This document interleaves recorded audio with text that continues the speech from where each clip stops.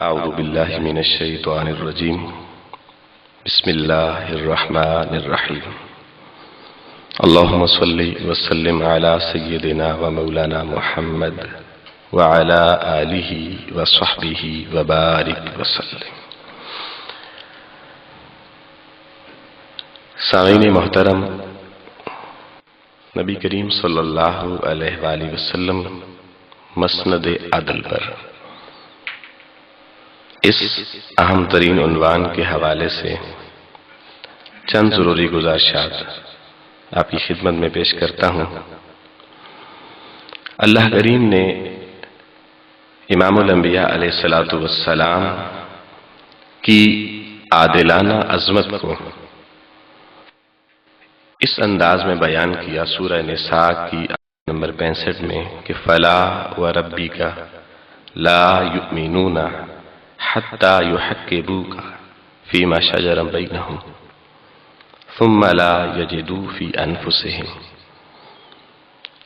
کہ اے اہل ایمان، اللہ اپنے پیارے حبیب صلی اللہ علیہ وآلہ وسلم کے رب ہونے کی قسم کھا کے کہتا ہے کہ جو صاحب ایمان آپ کو اپنے درمیان منصف نہیں سمجھتا، آپ کے کیے ہوئے فیصلے کی حاکمیت کو تسلیم نہیں کرتا، فلا وربک لا یؤمنون، اللہ اسے مومن ہی نہیں سمجھتا۔ اور پھر فرمایا نبی کریم صلی اللہ علیہ وآلہ وسلم کے کیے گئے فیصلے کو نہ صرف ماننا ہے بلکہ ثم لا یجدوا فی انفسہم، آقا علیہ السلام کے کیے ہوئے فیصلے پہ بندہ مومن کا دل مسرور اور مطمئن بھی رہنا چاہیے، اس میں کسی طریقے کی بدگمانی تنگی نہیں آنی چاہیے۔ احباب گرامی، اس آیت کے شان نزول میں اگر جائیں تو دو روایات ملتی ہیں، ایک اختصار کے ساتھ آپ کے سامنے رکھتا ہوں کہ ایک مسلمان کلمہ گو اور ایک یہودی کے درمیان کسی معاملے میں جھگڑا ہو گیا۔ دونوں کے درمیان یہ طے پایا کہ ہم اپنے اس جھگڑے کا فیصلہ نبی کریم صلی اللہ علیہ وآلہ وسلم کی بارگاہ میں جا کر کروا لیتے ہیں۔ آقا حضور صلی اللہ علیہ وسلم کی بارگاہ میں پیش ہو کر جب مقدمہ اپنا بتا دیا گیا، حضور علیہ السلام نے مدعی اور مدعی الیہ دونوں کا موقف سننے کے بعد یہودی کے حق میں فیصلہ فرما دیا۔ فیصلہ سننے کے بعد دونوں فریقین در دولت رسول صلی اللہ علیہ وآلہ وسلم سے باہر تشریف لائے۔ جو شخص کلمہ پڑھتا تھا، مسلمان ہونے کا دعویٰ کرتا تھا، یہودی سے کہنے لگا فیصلہ تو نبی نے فرما دیا ہے، لیکن میرا دل کرتا ہے ہم اگر یہی فیصلہ حضرت فاروق اعظم سیدنا عمر فاروق رضی اللہ تعالی عنہ سے کروا لیں تو شاید بہتر فیصلہ ہو جائے۔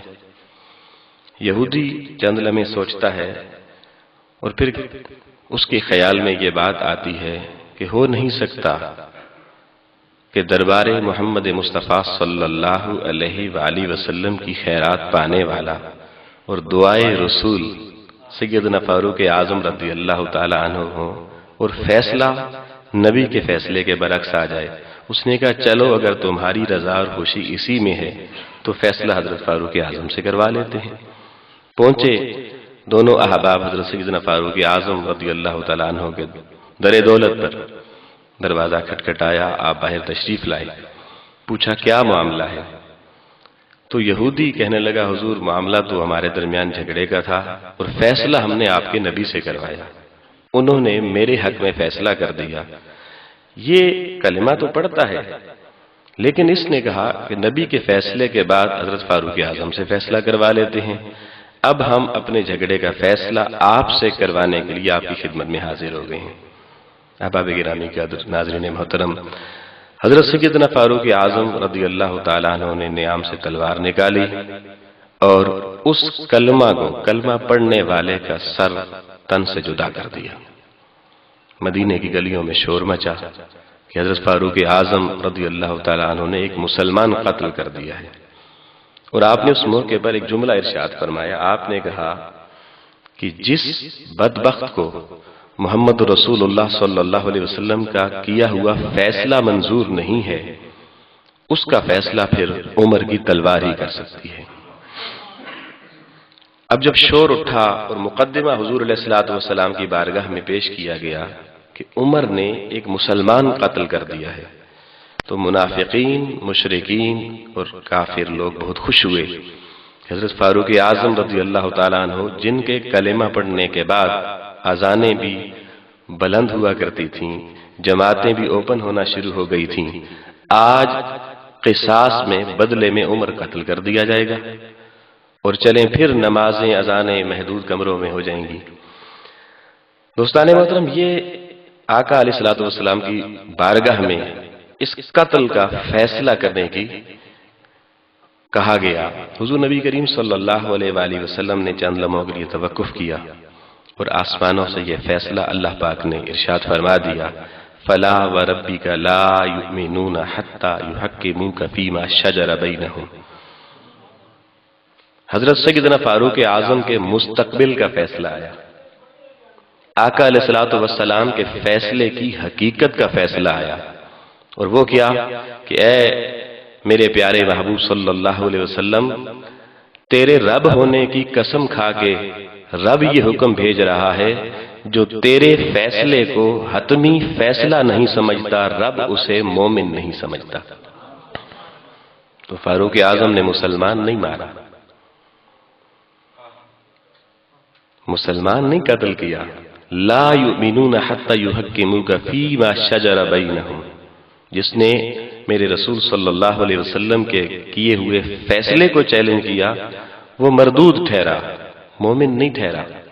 دوستان محترم، اسی طریقے سے امام الانبیاء علیہ الصلوۃ والسلام کی ساری حیات ظاہری، ہر فیصلہ عدل و انصاف کی وہ اعلیٰ مثال ہے کہ زمانہ جتنی کروٹیں بدل لے، جتنے تغیر اور تبدل سے گزر جائے، امام الانبیاء علیہ الصلوۃ والسلام کی اس کائنات میں صرف انسانوں کو نہیں، حیوانوں، جانوروں اور چرند اور پرند کے معاملے میں بھی آپ کے سچے اور سچے فیصلے جو آپ نے اپنی حیات ظاہری میں کیے، قیامت تک اس کا کوئی نعم البدل نہیں ہو سکتا. آپ دیکھیے آپ صلی اللہ علیہ وسلم کی جسٹس، اور آج کل کے جو ہمارے جسٹس صاحبان ہیں ان کے لیے یہ بہت بڑا پیغام سیرت ہے کہ حضور علیہ الصلوۃ والسلام جب طائف کی وادی میں گئے تو وہاں پر صخر نامی ایک شخص نے آپ کی بڑی معاونت اور مدد کی، کیونکہ طائف کے سفر میں امام الانبیاء علیہ السلام کو بہت مشکلات پیش آئیں، پتھر مارے گئے، لہولہان کیا گیا. یہ صخر نامی جو شخص تھا، اس نے آپ کی اس ماحول میں معاونت اور مدد کی. دوستان محترم، بعد ازاں اسی شخص کے بارے میں دو مقدمے حضور نبی کریم صلی اللہ علیہ وآلہ وسلم کی بارگاہ میں پیش ہوئے. ایک مقدمہ حضرت مغیرہ بن شعبہ رضی اللہ تعالیٰ عنہ وہ لے کر آئے کہ اس صخر نامی شخص نے میری چچی کو ہراساں کیا ہے، اور دوسرا مقدمہ بنو سلیم لے کر آئے کہ صخر نامی شخص نے ہمارے چشمے یا کنویں پر جبرن قبضہ کر رکھا ہے. یہ دو فیصلے امام الانبیاء علیہ الصلوۃ والسلام کی بارگاہ میں آ گئے. کس شخص کے بارے میں؟ جس نے طائف جیسی مشکل ترین وادی میں ساتھ دیا تھا. اب دنیا نے نظارہ دیکھنا ہے عدل محمدی صلی اللہ علیہ وسلم کا. احباب گرامی قدر، دونوں مقدمے حضور علیہ السلام نے سنے اور میرٹ پر، عدل پر دونوں فیصلے صخر کے خلاف دے دیے. یہ نہیں کہا کہ طائف میں میری غم گساری کرنے والا آدمی تھا، میرا ساتھ دینے والا شخص تھا، کوئی بات نہیں، ایک فیصلہ چلیں اس کے حق میں کر دیتے ہیں، ایک نہ صحیح نہیں. عدل کا تقاضا تھا، دونوں فیصلے حقائق کی روشنی میں اس کے خلاف جاتے تھے، خلاف کر دیے. اسی طریقے سے دوستان محترم، حضرت علی کرم اللہ وجہ الکریم، آپ کے گھوڑے کی ایک زین ایک یہودی نے چرا لی. مقدمہ حضور علیہ الصلوۃ والسلام کی بارگاہ میں جناب علی خود لے کر آئے. آقا علیہ السلام نے یہودی کو بلایا، وہ انکار کر گیا، اس نے کہا جی میں نے تو نہیں چرائی. تو آپ صلی اللہ علیہ وسلم نے عدل کے پیمانے وضع کرنے کے لیے حضرت علی کرم اللہ وجہ الکریم کو فرمایا آپ 2 گواہ لے کر آئیں۔ آپ اپنے معصوم بچوں حضرت امام حسن مجتبیٰ علیہ السلام اور حضرت امام حسین علیہ السلام آپ نے پیش کر دیا۔ امام الانبیاء علیہ السلام نے وہ نواسے جنہیں جنت کے سرداری دے رکھی تھی، ان کی شہادت کو ایک نابالغ ہونے کی وجہ سے، ایک باپ کی حق میں بیٹے کی گواہی ہونے کی وجہ سے رد کر دیا کہ علی کوئی اور گواہ لے کر آؤ۔ تو اب کوئی موقع کا دوسرا گواہ تھا نہیں، زبان علی پہ اعتماد تھا، مگر دنیا کو عدل کے ضابطے دینے تھے، فیصلہ یہودی کے حق میں کر دیا۔ یہ معیار عدل کا ہے جس سے فی زمانہ ہم مکمل طور پہ محروم ہو چکے ہیں۔ اور دوستان محترم، پھر آپ دیکھیے آقا علیہ السلام نے فرمایا جس شخص کو مسلمانوں کا جسٹس بنایا گیا، قاضی بنایا گیا، مسند عدل پہ فائز کیا گیا، وہ بغیر چھری کے پہلے ہی ذبح کر دیا گیا۔ یعنی اس کے ذبح ہونے کے لیے اب چھری کی ضرورت نہیں ہے۔ کیوں؟ اگر عدل نہیں کرے گا تو اللہ کی گرفت سے بچ نہیں سکے گا، اور اگر عدل کرے گا تو بااثر مجرموں کی دشمنی مول لینی پڑے گی۔ عدل کرے تو بااثر مجرم وہ تاک لگا کے اس کی دشمنی کریں گے، اس کی جان کو خطرے لاحق ہوں گے، اور اگر عدل نہ کرے تو مالک نہیں چھوڑے گا۔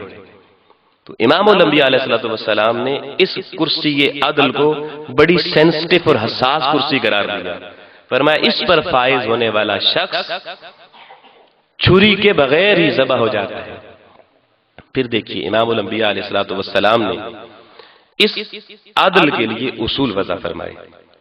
میں انتہائی اختصار کے ساتھ 2-3 چیزیں آپ کے سامنے رکھنا چاہتا ہوں۔ مثلا ہر مقدمے میں ایک مدعی ہوتا ہے، ایک مدعی الیہ ہوتا ہے۔ اب مدعی کا دعویٰ ہمیشہ ہوتا ہے کہ اس نے میری چوری کی، اس نے مجھے یہ نقصان پہنچایا۔ حضور علیہ السلام نے فرمایا مدعی کی بات صرف سن کر جسٹس فیصلہ نہیں کر سکتا، جج فیصلہ نہیں کر سکتا جب تک وہ مدعی الیہ کی پوری بات نہ سنے۔ اور اگر مدعی قسم اٹھانے کے لیے تیار ہے اور مدعی الیہ بھی کسی معاملے میں قسم اور حلف دینے کے لیے تیار ہے تو فیصلہ کیسے کرنا ہے؟ سیرت الرسول صلی اللہ علیہ وسلم کا خوبصورت سبق دیکھیے۔ آقا علیہ السلام نے فرمایا اس صورت میں مدعی الیہ کا حلف حتمی تصور کیا جائے گا اور فیصلہ اس کے حلف پر ہوگا، کیونکہ الزام لگانے والا بے شک سچا ہے اور وہ مدعی الیہ جھوٹی قسم کھا رہا ہے، جھوٹا حلف دے رہا ہے۔ آقا نے فرمایا اس نے دنیا میں جھوٹی قسم کھائی نا، فیصلے اس اصول پہ کر دینے ہیں، مگر جس کے بارے میں جھوٹی قسم کھائی اس کو اللہ اجر قیامت کو اس سے کئی گنا زیادہ دے دے گا۔ پھر امام الانبیاء علیہ السلام نے فرمایا کہ مسند قضا پر فائز ہونے والے شخص کے لیے یہ لازم ہے کہ وہ جب عدل کی کرسی پہ بیٹھے تو پیمانہ عدل استعمال کرے، مدعی الیہ دونوں کو ایک نظر سے دیکھے، ایک لہجے سے بولے، ایک انداز میں بات کرے، اور مدعی یا مدعی الیہ کسی ایک سے بھی تنہائی میں منصب قضا پر فائز شخص کو ملاقات کی اجازت نہیں ہے۔ پھر آقا علیہ السلام نے فرمایا منصب قضا پر فائز شخص کسی سے ہدیہ اور تحفہ نہیں لے سکتا، اس کے لیے ہدیہ اور تحفہ حرام ہوتا ہے۔ پھر امام نبی علیہ السلام نے فرمایا قاضی 3 قسموں کے ہوتے ہیں، ایک قسم جنت میں جائے گی، 2 اقسام والے قاضی جہنم میں جائیں۔ پہلی قسم جو جنت میں جائے گی وہ کون؟ امام الانبیاء علیہ السلام نے فرمایا جنہوں نے حق کو پہچانا اور پہچان کر حق کے مطابق ساری زندگی فیصلے کیے، یہ جنت میں جائیں گے۔ دوسرا فرمایا وہ قاضی جس نے حق کو تو پہچانا مگر فیصلہ ظالم کی حق میں دیا، سن لے، وہ جہنم میں جائے گا۔ اور تیسرا وہ قاضی جو کرائیٹیریا عدل کا فلفل نہیں کرتا تھا، نالج اس کا مکمل نہیں تھا، نااہل تھا، لیکن عہدہ قضا قبول کر لیا اور جہالت پر مبنی فیصلے کرتا رہا، آقا نے فرمایا وہ بھی جہنمی ہے۔ پھر دوستان محترم ایک بڑی سمجھنے والی بات امام الانبیاء علیہ السلام نے فرمایا جو اس عہدے کے اہل نہ ہو اسے یہ عہدہ قبول نہیں کرنا چاہیے۔ اگر نااہل ہونے کے باوجود دنیا کی حرص و طلب میں عہدہ قبول کرے گا، دنیا میں جہنم خرید لے گا۔ پھر فرمایا اگر ایک شخص اہلیت رکھتا ہے، منصب عدل پر بیٹھنے کی اہلیت رکھتا ہے، مگر وہ جسٹس، چیف جسٹس یہ سمجھتا ہے کہ میرے فیصلوں کے رستے میں حکومت روڑے اٹکائے گی، مجھے انصاف نہیں کرنے دے گی، وقت کے حکمران کی تلخی کو سمجھتا ہے، اس کے باوجود وہ منصب قضا پر فائز ہو جاتا ہے، اور پھر اس کے کیے ہوئے فیصلوں کی راہ میں وقت کے حکمران آتے ہیں اور وہ اپنے فیصلے حکمران وقت کی مجبوری کی وجہ سے بدلتا رہتا ہے، اللہ کے نبی نے فرمایا ایسا قاضی جہنم میں جائے گا۔ کتنی سینسٹیو یہ پوسٹ ہے دوستان محترم۔ اور اگر کسی اسلامی ریاست کی عدلیہ صرف پیغمبر اکرم صلی اللہ علیہ وآلہ وسلم کے پیمانہ عدل کو سامنے رکھ کے فیصلے کرنا شروع کر دے، کجا حکمران وقت کیا کہتا ہے اور کجا باثر مجرم کیا کہتا ہے، تو دوستان محترم وہ ریاست بہت کم مدت میں ایک معیاری اسلامی ریاست کا روپ اختیار کر لیتی ہے۔